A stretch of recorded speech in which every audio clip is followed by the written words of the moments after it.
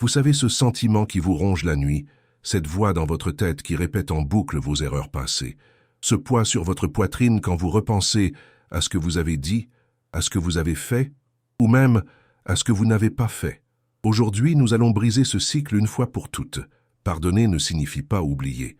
Cela signifie devenir libre, d'abord de soi-même. Si ce sujet est important pour vous, abonnez-vous pour recevoir une nouvelle vidéo chaque semaine qui vous aidera à construire des relations plus saines et une vie plus épanouie. Dans les prochaines minutes, je vais vous donner un guide pratique complet pour libérer la culpabilité qui vous paralyse et enfin avancer.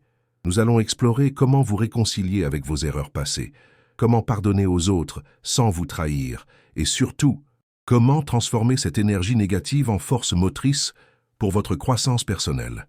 Cette approche s'inspire des enseignements de Dale Carnegie, mais va bien au-delà. Nous parlons ici d'autocompassion active, pas de complaisance, de responsabilité sans auto-agression, de pardon sans naïveté. Car voyez-vous, la différence entre une personne qui stagne dans ses regrets et une personne qui évolue constamment, c'est précisément sa capacité à se pardonner de manière intelligente. Beaucoup confondent le pardon avec l'oubli, ou pire, avec l'excuse. Ce n'est ni l'un ni l'autre. Le pardon authentique est un acte de courage qui demande de regarder la vérité en face, d'accepter la responsabilité de ses actes et de choisir consciemment de ne plus laisser le passé dicter votre présent. C'est un processus actif, pas passif.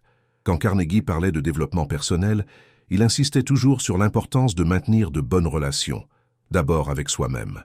Car comment pouvez-vous sincèrement vous connecter aux autres si vous êtes en guerre constante avec votre propre conscience?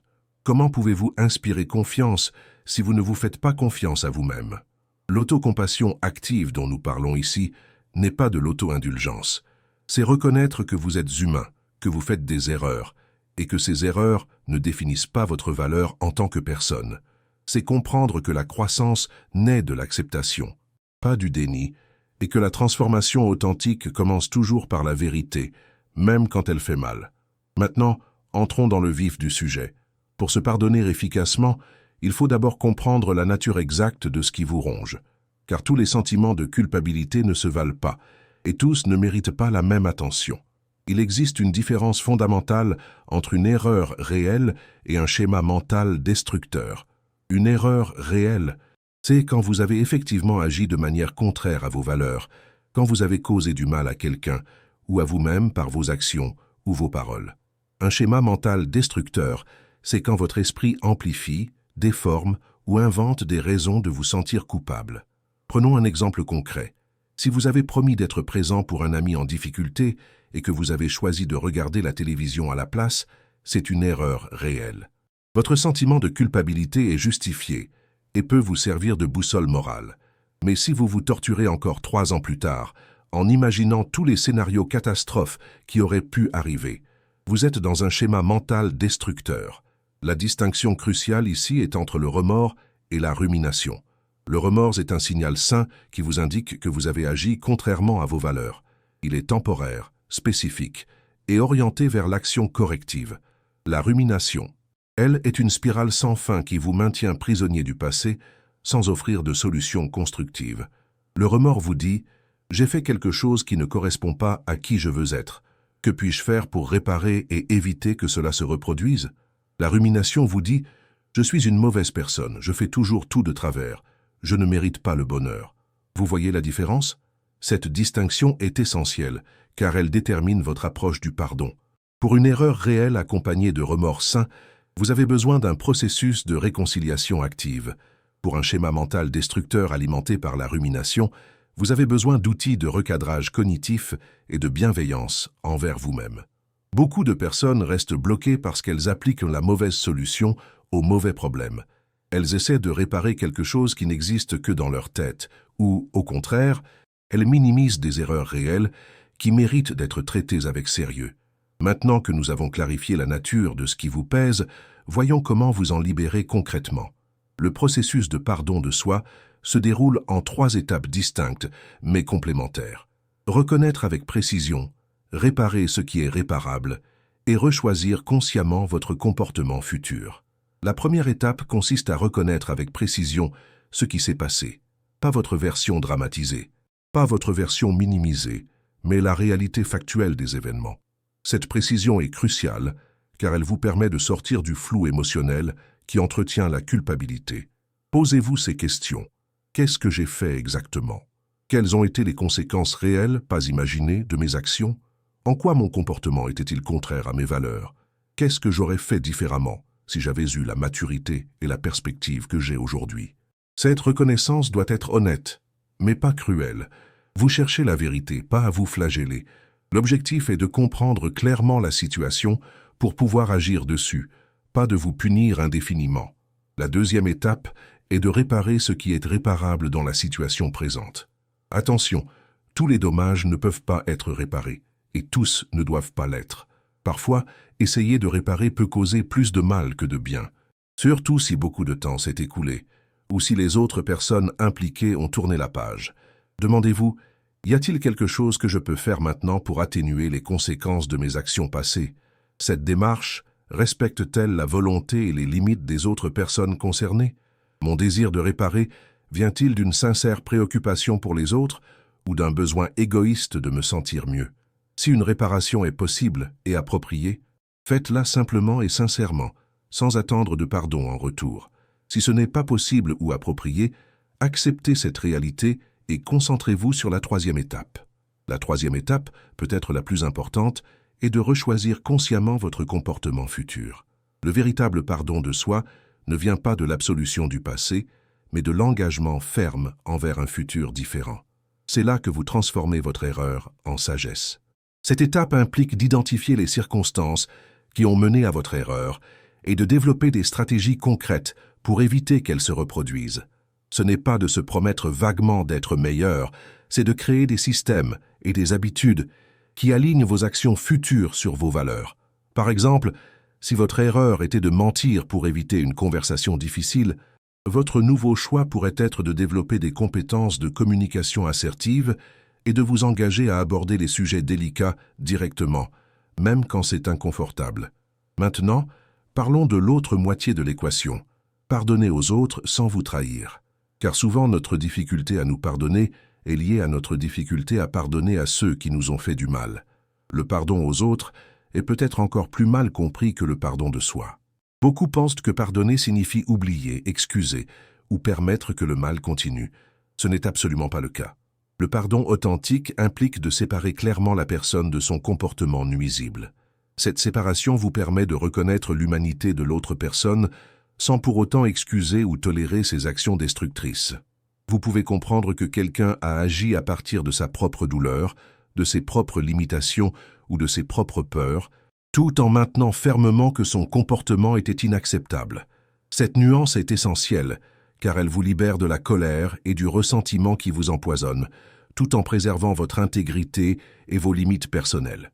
Vous n'avez pas besoin de haïr quelqu'un pour vous protéger de lui.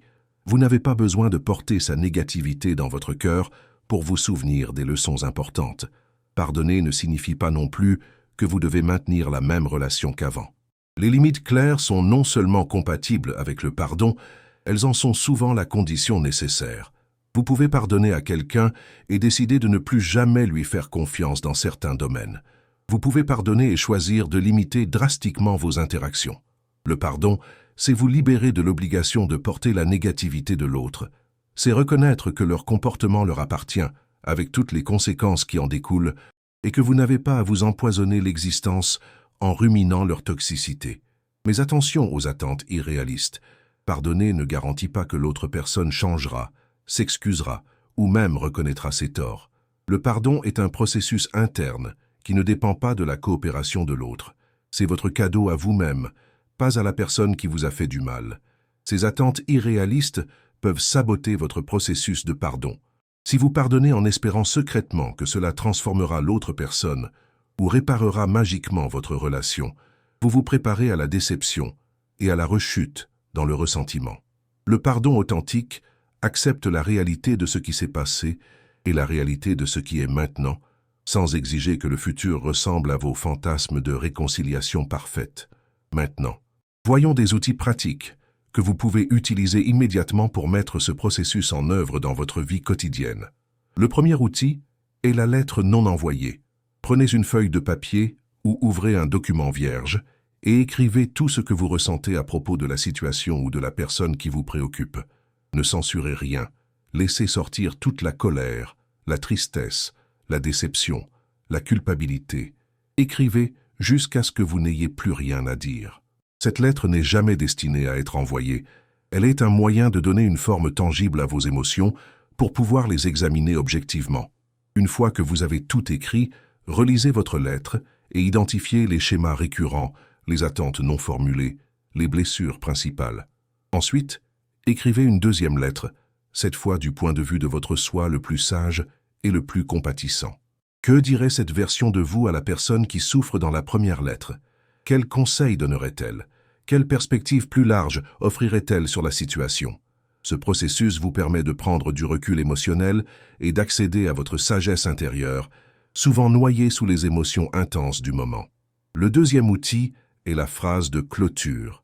Créez une phrase simple et personnelle que vous pouvez répéter mentalement chaque fois que les pensées de culpabilité ou de ressentiment reviennent. Cette phrase doit marquer symboliquement votre choix de lâcher prise. Voici quelques exemples. J'ai appris la leçon, je choisis maintenant d'avancer. Cette situation appartient au passé. Je me concentre sur mon présent. Je libère cette douleur. Elle ne me sert plus. Je choisis la paix plutôt que d'avoir raison. L'efficacité de cette technique repose sur la répétition et la constance. Au début, votre esprit résistera et continuera à ruminer. C'est normal. Continuez à rediriger doucement vos pensées vers votre phrase de clôture, sans vous juger pour les rechutes. Le troisième outil est le rituel de fin. Les humains ont besoin de rituels pour marquer les transitions importantes. Créez un petit rituel personnel pour symboliser votre choix de pardonner et d'aller de l'avant. Cela peut être brûler la lettre non envoyée, planter une graine dans votre jardin, faire un don à une cause qui vous tient à cœur, ou simplement allumer une bougie et prendre quelques minutes de silence pour officialiser votre décision. L'important n'est pas la nature exacte du rituel, mais l'intention consciente que vous y mettez. C'est votre façon de dire à votre inconscient « Ce chapitre est clos, je commence quelque chose de nouveau ». Ces outils peuvent sembler simples, mais leur pouvoir réside dans leur application régulière et sincère. Le pardon n'est pas un événement unique, mais un processus qui se déroule dans le temps, avec des avancées et parfois des reculs. Comment savoir si vous progressez réellement dans votre processus de pardon? Il existe des indicateurs concrets que vous pouvez observer dans votre vie quotidienne. Le premier indicateur est la diminution de l'autocritique destructrice et l'augmentation de votre capacité d'action. Quand vous commencez véritablement à vous pardonner, vous remarquez que la petite voix critique dans votre tête se fait moins insistante. Elle ne disparaît pas complètement, et c'est normal, car un peu d'autocritique constructive est saine, mais elle arrête de vous paralyser. Plus important encore, vous constatez que vous passez moins de temps à analyser le passé et plus de temps à agir dans le présent. Au lieu de ruminer pendant des heures sur ce que vous auriez dû faire différemment, vous vous concentrez sur ce que vous pouvez faire maintenant pour améliorer votre situation. Cette transition de la paralysie mentale vers l'action constructive est peut-être l'indicateur le plus fiable que votre processus de pardon fonctionne. Vous devenez plus orienté vers les solutions que vers les problèmes, plus tourné vers l'avenir que vers le passé. Le deuxième indicateur majeur est la simplification de vos relations interpersonnelles. Quand vous portez moins de bagages émotionnels du passé, vos interactions avec les autres deviennent plus directes et authentiques. Vous remarquez que vous avez moins besoin de prouver votre valeur ou de vous défendre constamment. Vous devenez moins réactif aux comportements qui vous déclenchaient auparavant. Vous développez une capacité naturelle à maintenir vos limites sans agressivité, parce que vous n'avez plus l'énergie émotionnelle bloquée dans des conflits non résolus. Cette simplification ne signifie pas que vos relations deviennent superficielles, au contraire. Elles deviennent plus profondes, parce qu'elles sont basées sur qui vous êtes maintenant, pas sur qui vous étiez dans vos pires moments ou sur les blessures que vous portez. Vous développez aussi une tolérance accrue pour l'imperfection humaine, la vôtre et celle des autres. Cela ne veut pas dire que vous acceptez n'importe quel comportement, mais que vous ne dramatisez plus les erreurs normales de la condition humaine. Un troisième indicateur est l'émergence spontanée de la gratitude et de la compassion. Non pas une gratitude forcée ou une compassion de façade, mais un sentiment authentique d'appréciation pour les leçons apprises et de bienveillance envers les autres qui traversent des difficultés similaires. Vous commencez à voir vos erreurs passées non plus comme des preuves de votre défaillance, mais comme des étapes nécessaires de votre croissance. Vous développez une perspective plus large qui vous permet d'apprécier comment même vos expériences les plus difficiles ont contribué à faire de vous la personne que vous êtes aujourd'hui. Cette transformation de perspective est profonde et durable.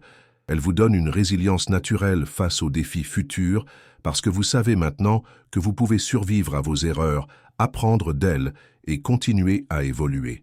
Il est important de noter que ces indicateurs n'apparaissent pas tous en même temps et leur développement n'est pas linéaire. Vous pouvez avoir des jours où votre autocritique resurface, où vos relations semblent compliquées, où vous avez du mal à ressentir de la gratitude. C'est parfaitement normal et cela ne signifie pas que vous régressez. Le processus de pardon est plus semblable à une spirale qu'à une ligne droite.